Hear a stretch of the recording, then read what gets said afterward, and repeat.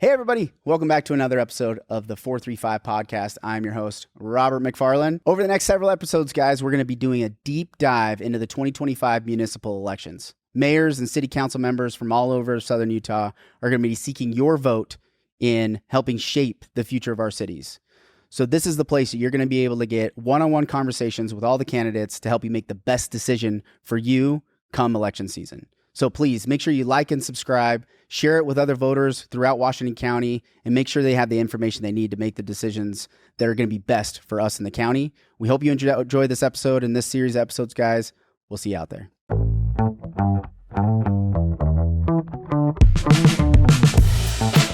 From the Blue Form Media Studios, this is the 435 podcast, the pulse of Southern Utah. Jimmie Hughes. Yes. How are you, man? Good. How are you doing? You're running for mayor of St. George. I am ready to do it. You're ready to do it. You're rolling right now. Yep. Ballots are coming up soon.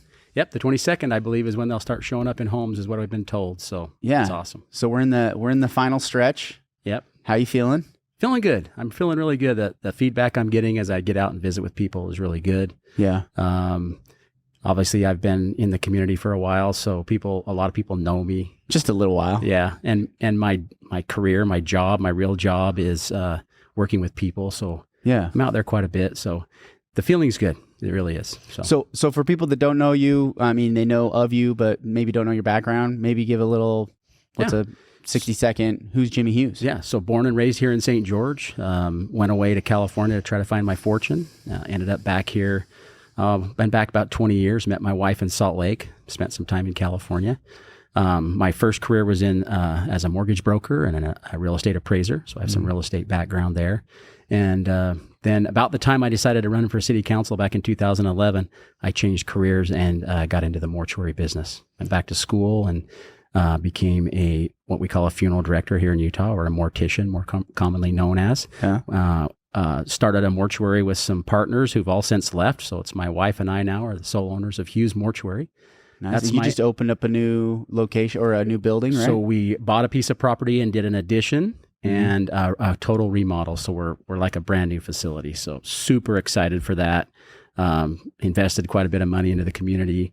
I've been doing that now for 14 years, and it's starting to really, we're starting to really have the payback of building a reputation of service. Yeah. So it's been a phenomenal experience, and it's doing really well. I'm super happy with that. That's how I provide for my family. That's my real job. Yeah. So I do politics as a service. Yeah. I have a second job, which is my passion, and that's the cattle ranch. I grew up in a ranching family and a farming family. All the stuff down here in Green Valley along Dixie Drive is where the farm ground that my stepfather had where I grew up. And so that's in my blood. So I have a little cattle ranch out on the Arizona Strip that's where I like to spend my spare time when I have some, and that's where I've raised my kids, and we love that. Teaches them how to work hard. So, and then to serve the community, I got involved in politics. So by running for city council and losing the first time, that's a key. It's okay to lose the first time. You don't lose, you learn, yeah. right? You don't lose, you learn. The second time around, we won, and we replaced an incumbent, which is a tall order. Yep. And we're going to do the same thing. Yeah, you're going to do it again this time. We're going to do it again this time. So that's I married, met my wife in Salt Lake. She's from Vernal. Her name's Tawny. We have 5 children. And we are now grandparents. Nice. Congratulations. I know. When did that happen? The hair's going great. 2 years ago, we got our first grandson. Cool. In just about 4 months ago, we got our second grandson. And any day now, we got grandson number 3 on the way. Oh, wow. Yep. So That's we're awesome. super excited. There is nothing like that. It surpasses all other experiences I've had in life. The children were great. I love my children. But I'll take my grandchildren over my children all day long. Do you think it's something to do with just like the age? You know, when you have kids, some kids have, some people have kids later in life, some people earlier. You know, my wife and I, we didn't have our first kid until we were 30. So we had a whole nother we had a life between school and then raising a family. You know, we had like that 10-year block. Yep. And so I think us raising kids is different at this age than if we were 19, 20. I imagine you were pretty young when you first started. If you already got grandkids well, I was 27, so for Utah standards, I was probably a little late. Yeah. But we hit the gates running, right? We started having children off the bat once we got married, and so my oldest two have the grandchildren right now. So I still got a son in high school still. So cool. So I'm at that stage where we're making some transitions, and we kind of have a lot of experience in all those aspects. Kids in school, grandkids. So it's been fun. That's a fun stage. This is a fun place in life. So. That's cool, man. And you're definitely in a different situation with your grandchildren than you probably are with your kids. And you know, so it's a different level of maturity.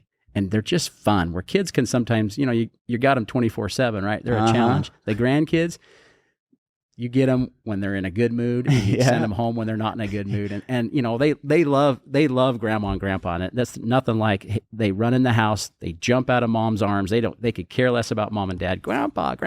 Yeah, it's awesome. That is awesome. And then seeing your kids be parents themselves, right? Like seeing, you know, the energy and effort you put into like, I'm supposed to help raise these kids to be, you know, functioning members of society, and then to see them have kids too. There's like this double 100% benefit to that. It is. It's one of the greatest. It's just awesome to see them do that. It's also a little more challenging than raising them as children, watching them become adults and then saying, hey, they get to make those decisions. And stepping back and saying, that's probably not going to turn out so well, but I can't force that. Yeah, it's tough. They get to make their own choices, which is the beautiful part about life. But it's sometimes hard to do as a parent to watch that happen and not be so, you know, hey, they gotta live their own life. So it's a lot of fun and challenging at the same time. It's hard to know when to cut that off. Yeah, it's a lot more easier to raise those children when they're younger and they do everything mom and dad says versus when they start having a mind of their own. But it's also my kids don't do what I tell them as much as I try.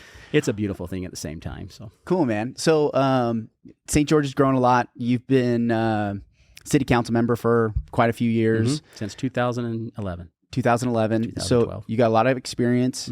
My first question is around what's the proper role of government, and I'm sure what it was when you first got elected and sitting in the seat versus how you view it today. What is that proper role of government at the city level? Because there's lots of different levels of it, but what's your viewpoint on that? And you're right. I think at different levels of government, the role is a little different. Always, though, at every level, we should be focusing back, and that's the oath of office that we take even as city council members is to abide by the Constitution, support the Constitution, and so that's first and foremost. Which is, you know, we got to make sure we protect people's liberties, individual liberties. Even though we live as a group as a whole, we want to protect personal liberties. But I think at the local level, it really comes down to, and what comes to my mind is, you know, in the city of St. George, we do have a mission statement. Like any big corporation, we have a mission statement. And rather than reinvent the wheel, we can look at that. And I had a part in coming up with that mission statement. That was back in the days of Mayor Pike. And that mission statement is that we provide service that focuses on people and advance a thriving community. So first and foremost, we provide service. Public safety is number one. The city council has identified that as a group. We've identified that as priority number one. We provide public safety, police and fire. That's first and foremost. Then you got to have a vibrant community. You need transportation. You know, our infrastructure, roads. You want to go turn the water on and have the water show up. I've lived in a third world country where that didn't always happen. So we kept a barrel of water on the back porch so we could take a shower with a bucket. So we want to make sure the water comes on. We want to have power. And I already mentioned transportation. So in a nutshell, that's it. We provide services. And then the key there is we focus on the people. Yeah. So, and that's something that if we lose sight of, then we're not doing our job. So those services are to be focused on the people, and that's local government in my mind. That's what we do. Yeah. Okay. So, how would you define leadership in the context of public service? So knowing that as a service, how do you define leadership, and what does that look like? Is it different from other leadership positions? I don't know that it's a lot different. the biggest thing that when you're providing leadership is you got to understand the role of the job you're going for. For example, the mayor of St. George. That's a perfect one to start with. Yeah. We have the mayor of St. So in essence, as a city council member, I have more of a say, or probably more, if you want to use the word power, or I have, as a voting member of the city council, there's 5 of us. We vote. The mayor only votes in St. George in a case of a tie, which should not be happening really. Should be happening only in extreme cases where maybe somebody's sick or ill. If they're on vacation and it's an important vote, we should put that off until we have a full council there. That's what their job is. Politically, you could angle it so that the mayor does have a vote, and by doing something when a council member's missing, so it's a 2-2 tie, we probably should be avoiding that. So the mayor doesn't get a vote. So understanding your role, the role of the mayor is really a cheerleader, an advocate for the city, a coach, let's say, to the council, works together with the council and is a liaison to the staff, the city staff. That's the paid people that are running the city. And that's the job of the mayor, not to necessarily set policy. That's going to be the council. Now to implement the policy, yes, that's the mayor can do that. Where the mayor has a role is the mayor sets the agenda. So there can be some pushback or some issues that come up by doing that. So back to your question of your leadership in the role of government, as the mayor, you've got to understand that and then build the relationships that let you do that effectively. So yeah. So I hope that answers that kind of. I think it does. I think of, trying to understand what's going to be a difference between one leader and another in a mayoral role. It's just tough to identify, experience and how they operate in that leadership role. But I think that makes sense for people listening. Well, just to touch on one thing there, Robert, as you say that, a lot of times, especially in an election, we really focus on or the question always comes up, what will you do differently? And then we find ourselves in this battle of saying, can I just find something that I do different, or trying to be different for different's sake, right? Yeah. We don't need to do that. Sometimes a lot of things are going to be similar, but they're just going to be done better. Yeah. So if you were to ask me, what are you going to do better? Then I could answer that question easier, and I would say everything. So I mean, it just general tone and tenor, everything that's my focus, is to try to do everything better. Yeah. And that's my commitment, to do everything better from a strong leadership position that has some focus, that's principled, and that stays on target for what's coming for the city of St. George. Do you have a personal experience that helped kind of shape your leadership style? Something that you've drawn from? I think it's just been a lifetime of working with different people and seeing how those different styles of leadership are reacted to or accepted by different people. I don't think it's one experience per se, but a lifetime of, when my first career was working for a Fortune 500 company and seeing how a big corporation works and those levels of managers, and how one manager could be really good and you can be very successful in that department. And then all of a sudden you get a manager, you're like, oh, this person doesn't listen to anybody, which is a key. We've got to listen to the key players in our community. Or this person has an agenda, they're looking to move up in the company. That happens in politics as well. We have people out there that are looking for higher and better and bigger. So I don't want to have that kind of a leadership style. My focus is on St. George City. This is my community. I mean, I was born here, grew up here. I've built a business here, invested literally millions of dollars in my business here. Yeah. And, that's the key. It's about service. So it's been a lifetime of learning and taking all the good things I've learned from people, and even some of the bad, say, hey, don't do that. And that's what's developed my leadership style, which is, we can be friends with everyone and we can disagree better. Yeah. And I think if you go back and watch how I've tried to conduct myself on the city council, it's been that way.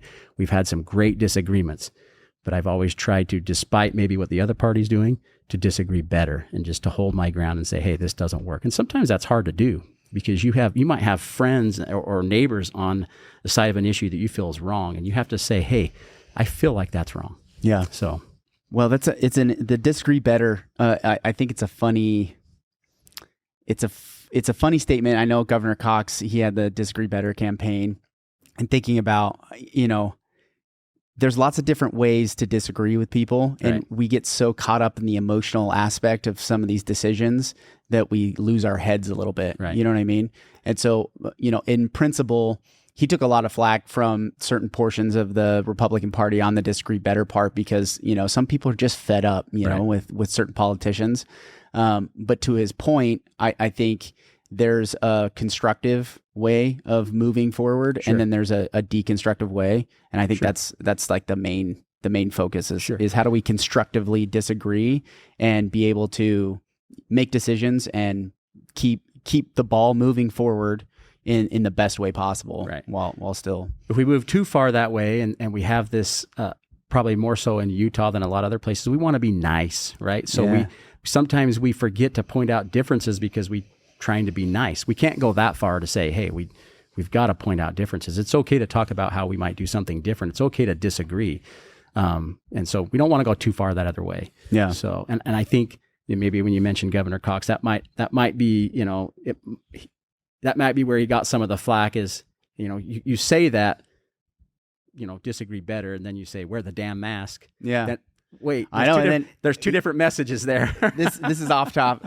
Right. But he came in and sat down. I had a conversation with him. He came on the show, and we talked about his speech at the Republican convention and how he directly pointed out and was attacking a big portion of the Republican Party. And he even says that he regretted that in the context. It's very tough to do as a human to not take the easy shots, right? And that's, it's part of life. It's part of maturing and leadership and all that stuff. It is. And we shouldn't take somebody and completely dismantle them and crucify them personally because of a one statement or one thing they've done politically, especially if they correct it and can right the ship, right? Yeah, I was very surprised. I even tried to give him an out. I don't know do you regret it? He's like, no, I regret it. Yeah. I wish I had not done that. Yeah. Or would you wish you had done it differently? He's like, no, I wish I just wouldn't have done it. I was even trying to help him maybe it wasn't, because I thought it was actually kind of funny in my own personal opinion. But I'm also a little bit rough around the edges.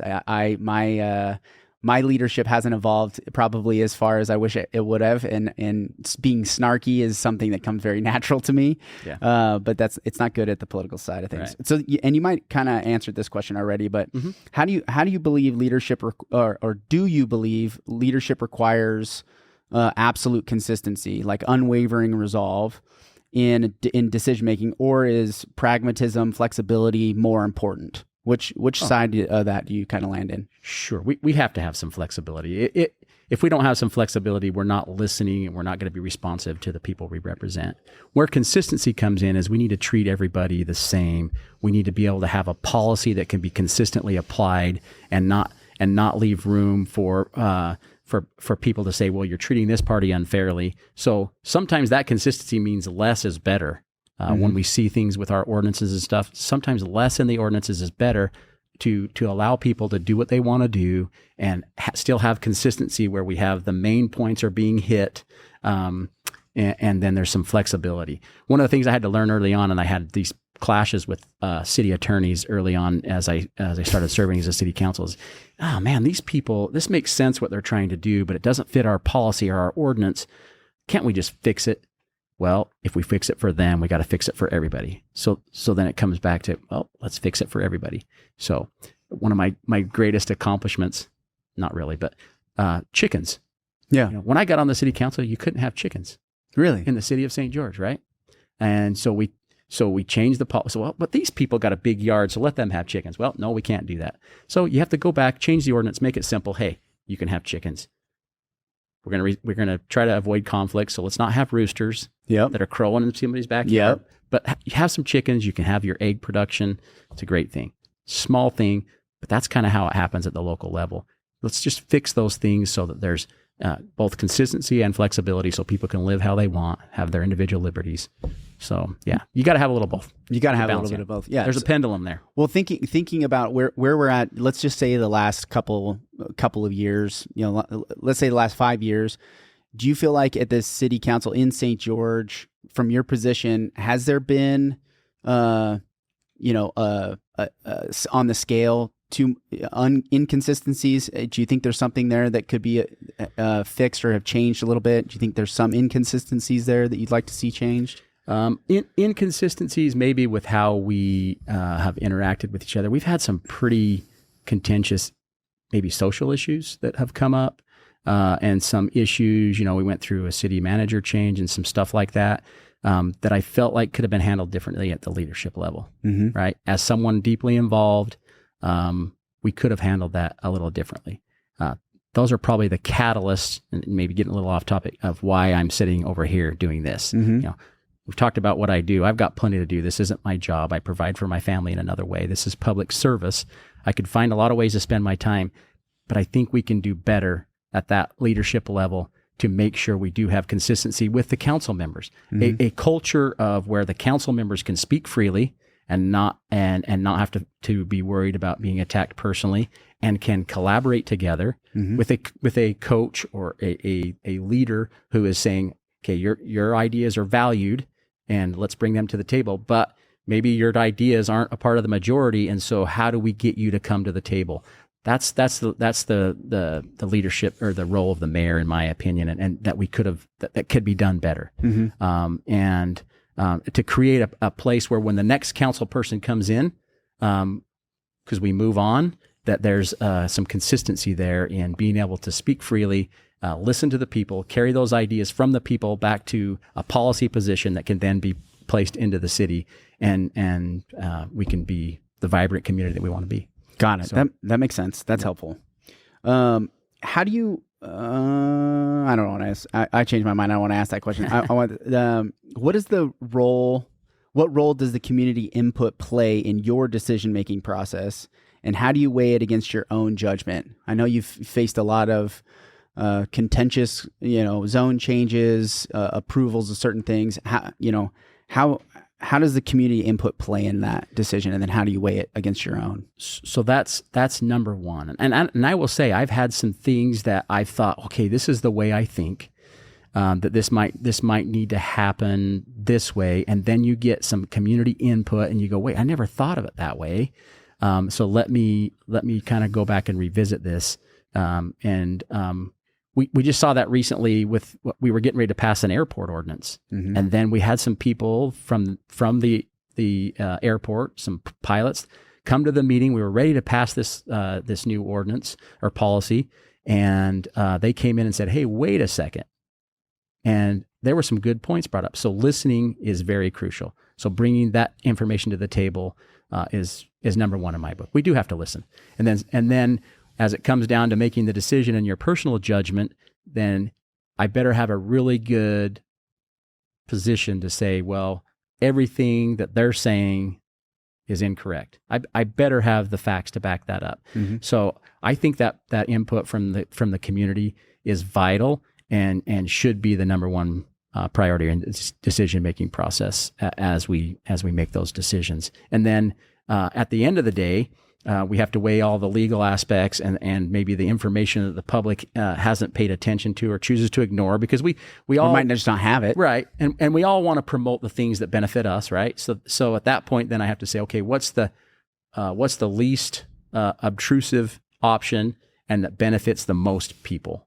And then you can weigh that with the public input. But the public input is crucial. There's no question about it. If we're not seeking that, if we're not taking public input, and if we're not taking it seriously and really listening, and really listening requires you to take the top lip and bottom lip, put them together, and shut up for a minute, right? And just really listen. And what are they really saying? And sometimes they don't. Sometimes people are trying to say it, and so then you got to just say, hey, are you saying? And you got to dig in and say, hey, what is it that you really are trying to get to? And sometimes it might be something totally different than what set them off in the first place. Yeah. The root of the problem's down here. So it's crucial. And I don't mind doing that. How do you get community input? Like, what's been your process in drawing, obviously zoning and planning and development, you get, you have a planning commission, you get input from them. You have experts that you get input from them. You get the public, you get input from them. How have you been able to kind of Do you read every email that comes through? I mean, I hate to put you on the spot on that, but I can imagine there's tons of those. Yes. And you're trying to weigh all those things. How have you done it? With some issues more than others, we get a lot of input. And surprisingly, there's some issues that we feel like we're going to get a lot of input that we don't. Mm-hmm. And so what we have to do is provide every opportunity that we can, even if it seems redundant, for people to give us input. Mm-hmm. And you'd be surprised at how many people say, you probably don't read this email. And then you respond and they go, wow, you responded. And yes, I read every email. And if we get one of those where we're inundated with hundreds and we can't return them all, they're still being read. Mm-hmm. They're still being read. We may not have physically time to return them all when it's a contentious issue. They're being read, and they're being, as I'm reading them, I'm listening to them. So we have to provide every opportunity. We started that during Mayor Pike's time. We started the open and public comment at the first meeting of every month at the first of the meeting. You can come in and address the council as a whole about anything. Mm-hmm. I think that's a great opportunity. Do people utilize that very much? Not always, but it's there. You know, the funny, this is a sidebar. And there was, they closed, we stopped public comment for a little while in that first meeting. And then it was like immediately after that, it was open public comment for,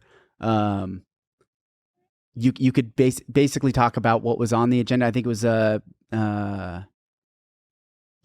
had opened it back up, and we were talking about the budget. We were in the budget process. I think this was last year, maybe it was 2 years ago. 2 years and ago. Nobody got up and said anything about the budget. Right. But there were all these people there upset about like their right to have public comment. Yeah. And then it was when it comes to time to talk about the budget, nobody said anything. I was like, this is your opportunity. You could bring. When it comes to the budget, you can talk about anything. Yeah. You can tie everything back to the budget, and nobody says anything. And it was so interesting to me that people want to be heard, but they want to be heard on their terms, and that's very difficult, especially at a local level where you're like, I see these people at the grocery store. You know, like it is, and that experience taught me something that sometimes it's just people want to know that they have the opportunity to. They're not really necessarily going to take advantage of it if they want to, and that was that's going to be a distinct difference between myself. That whole situation happened and was brought back because of the council. Mm-hmm. The council made a decision. Hey, the mayor made the decision to do away with it. The council said, hey, now we're bringing that back. So it did come back. And yes, people quit showing up. It was like, oh, we just wanted to know that it's there, it's available. And so that's the thing with free speech is we don't always have to agree with what's being said, and we might not even like what's being said.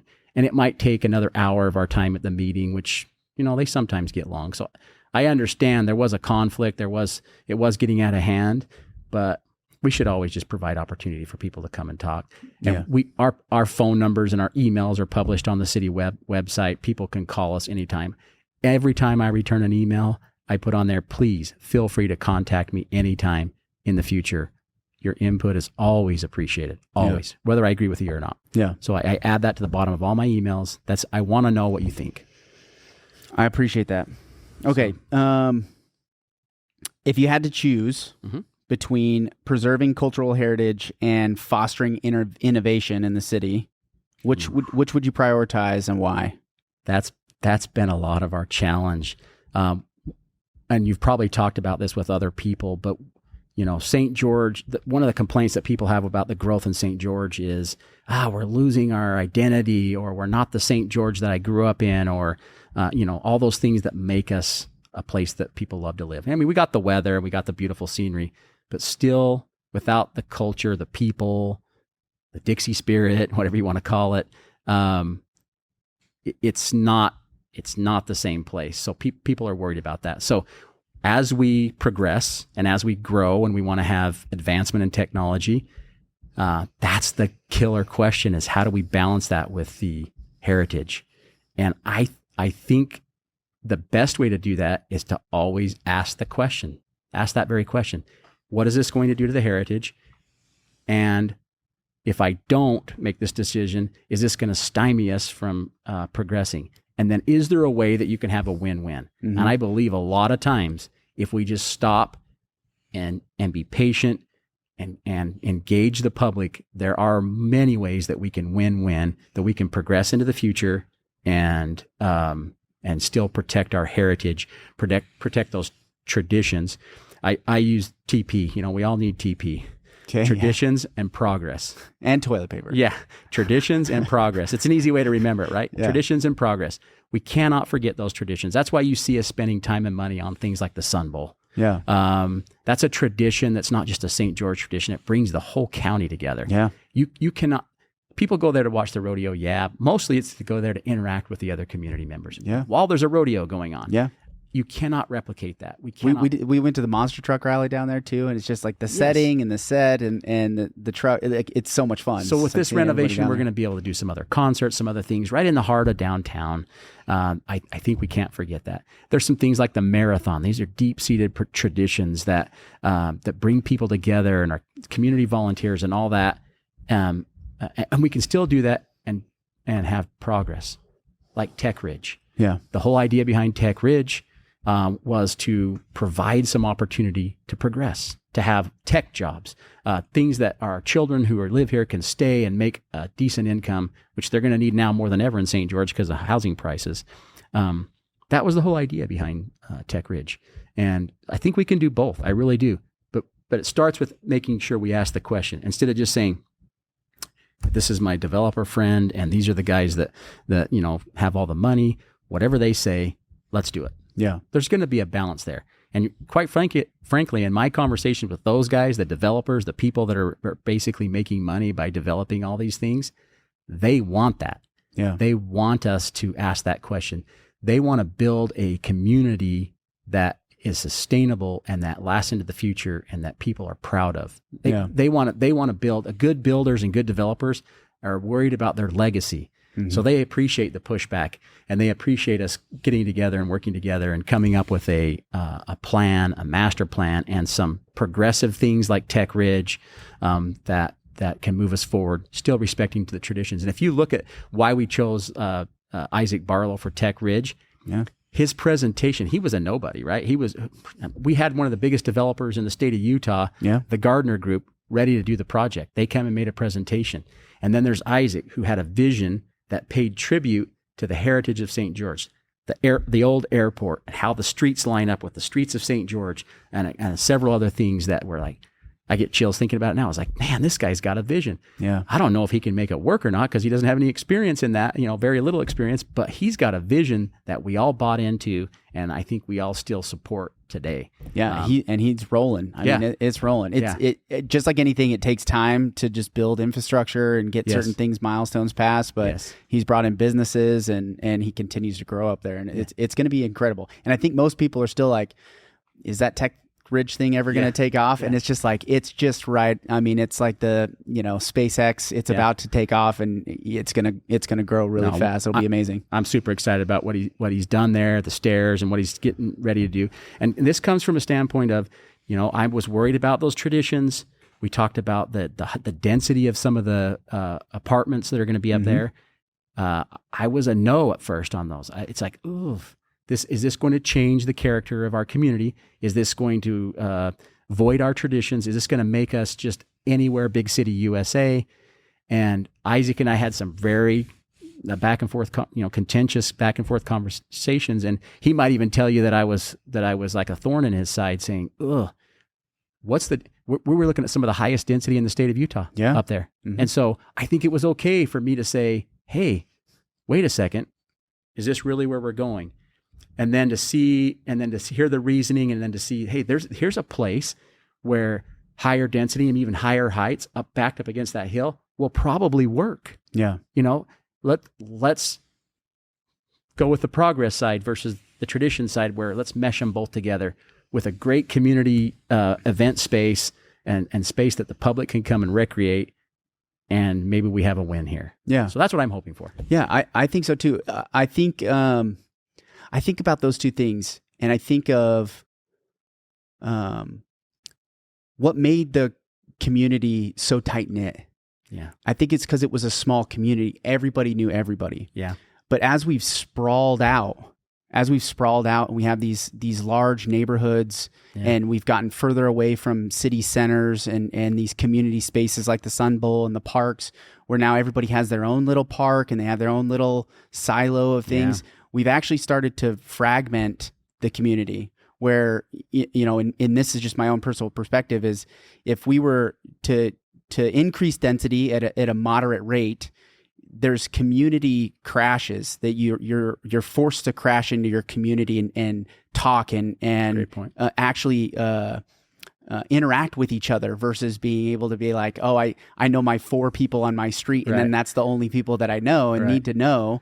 Where, and I think there's people coming from out of the area that are fleeing those types of cities because they want a small town feel, but they're okay. They like the idea of living in a downtown, in a walkable, charming, downtown area, and they don't need, a quarter acre, right? They might be willing to have something a little bit smaller. And so I think there is definitely an environment where that density isn't always a bad thing. I think there's tons of studies that show that density doesn't just mean more crime, that it doesn't mean that you're going to have lower socioeconomics in those areas. And there's definitely different ways to do it. Right. So I'm glad you look at it from that perspective up on Tech Ridge, because I tend to agree. And we have to do that in downtown as well. Well, you brought up downtown, and we've had a lot of discussions about height and density in downtown.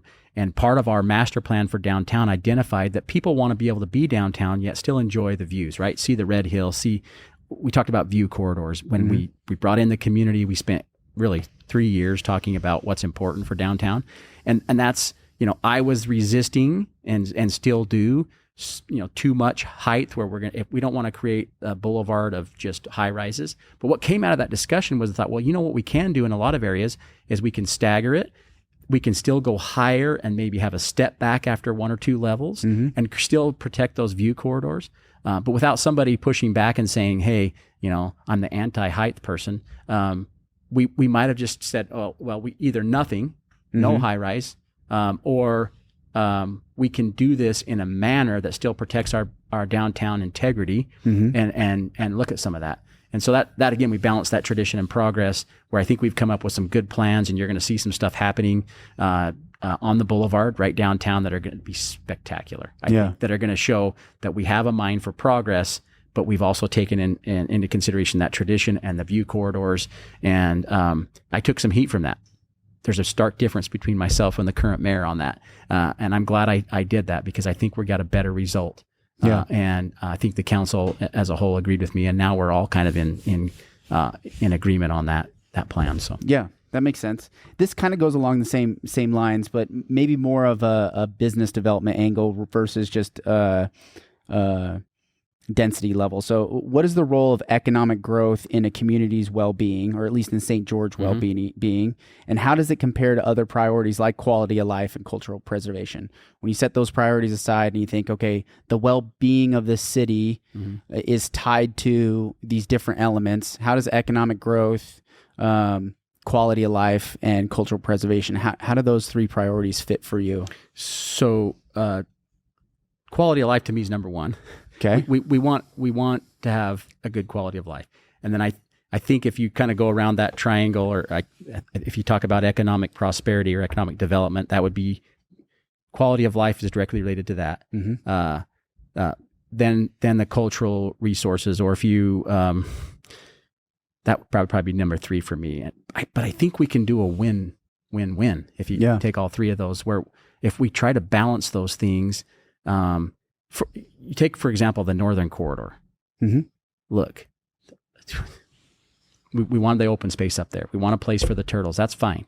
It's a tortoise. Yeah, tortoise. That's right. You're right. You are 100% right. I've taken a lot of heat for it. Sorry. I'm just one of these Southern Utah hicks. So it was always a turtle to us. Turtle Road. It was Turtle Road. I was a turtle. We brought those turtles here. I'm sorry. We brought them here. We used to, I don't know, we should say this, but we used to drill a hole in their shell, put a dog chain or a rope onto it, and tie them to the clothesline so they could go up and down the lawn and eat and still have those.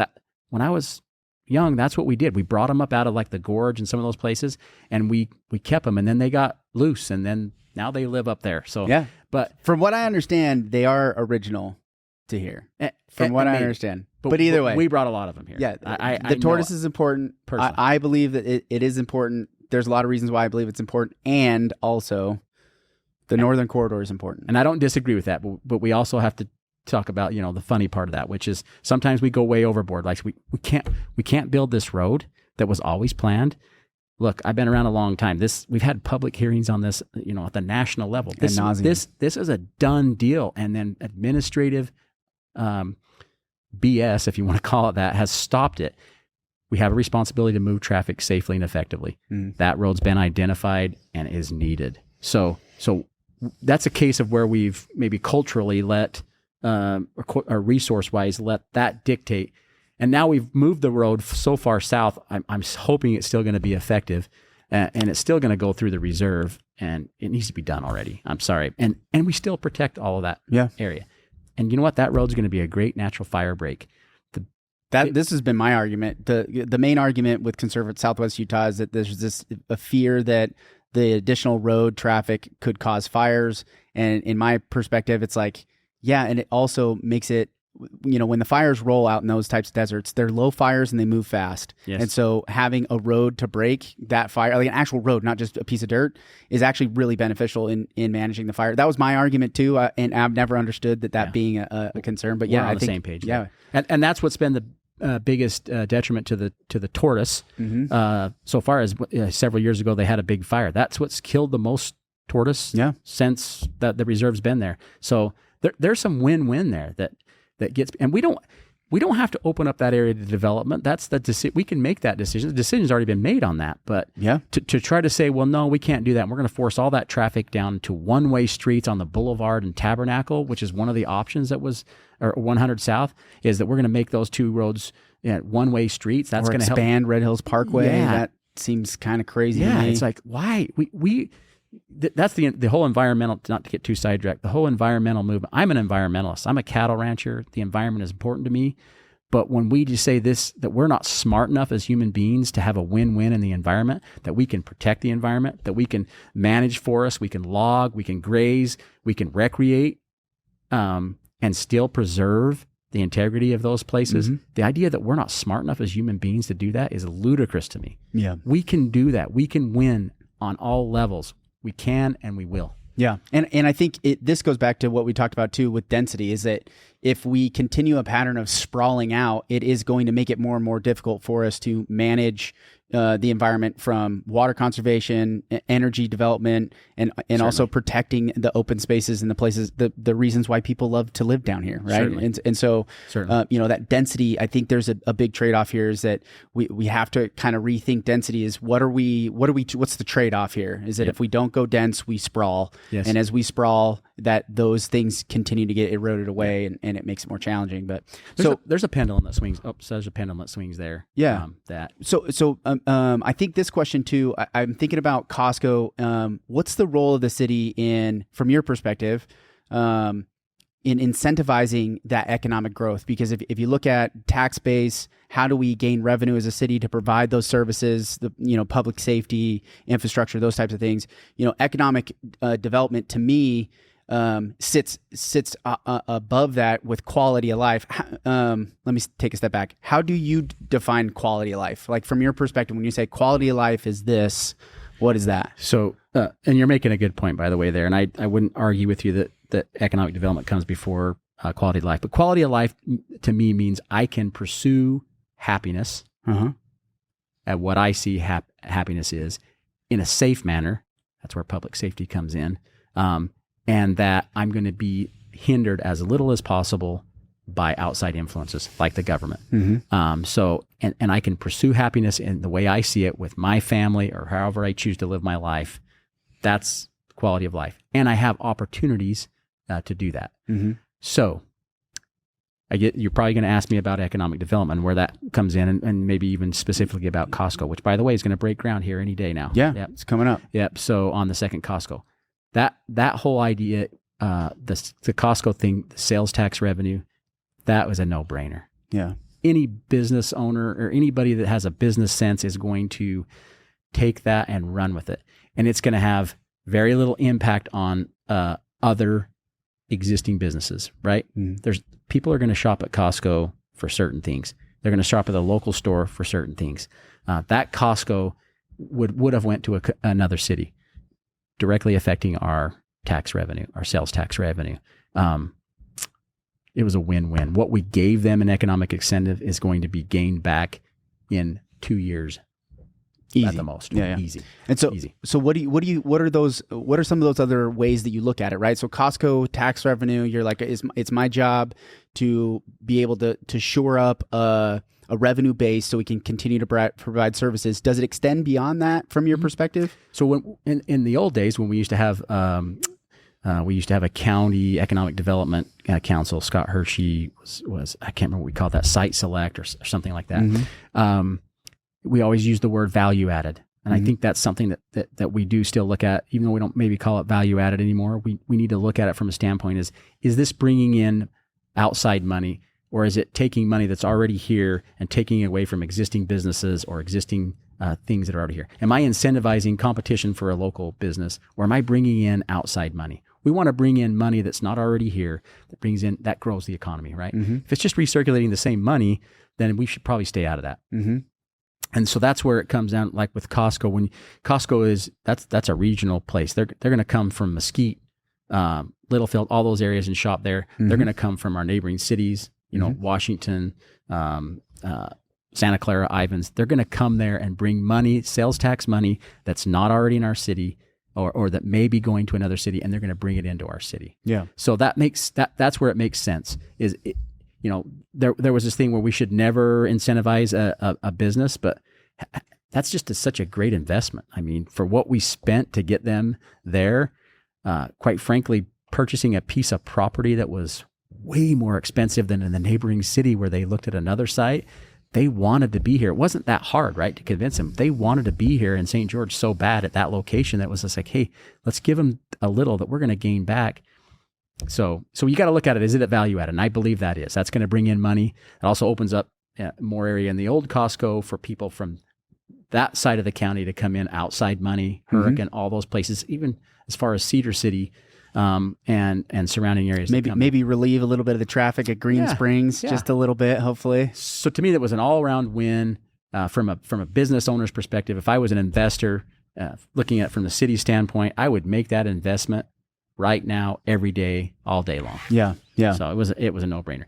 Now we could get caught up in the semantics of, we're picking winners and losers.